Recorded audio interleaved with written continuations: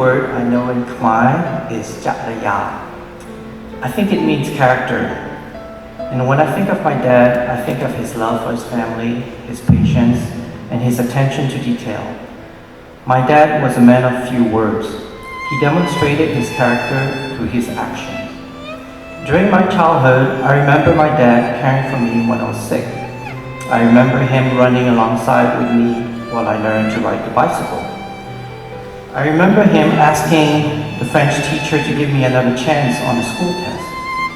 I even remember him discouraging me from watching silly music videos on MTV. That was the 80s. During my teenage years and college years, I remember my dad being there to guide me as to which classes or program to pursue in school. My dad was quite encouraging when it came to learning and education. When I was little, he even supported me attending catechism because I wanted to learn about Christianity. In college, he supported my decision to study the stars and planets instead of pursuing a more down-to-earth vocational career. He never once questioned what kind of job I would get with a degree in astrophysics. His focus was on education. He often reminded me that no one can ever take your education away. In Khmer, he would say something like,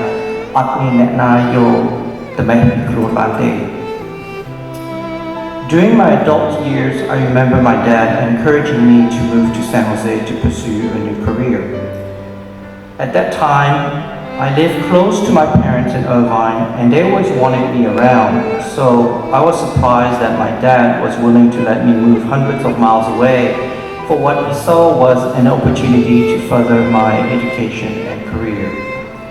I have witnessed my dad change over the years, from the young dad running alongside his 7-year-old kid learning to ride a bike, to a frail 90-year-old man with dementia struggling to get up and walk. When recently asked about what he remembers about me when I was young, the only memory he can recall is waking me up gently to make sure that I make it on time to my school exams. That was in high school. However, one thing that has never changed is his unconditional love and devotion to my mom. He always protected her and cared for her. During his last few days, with half of his body paralyzed, he fought hard to move his legs out of bed.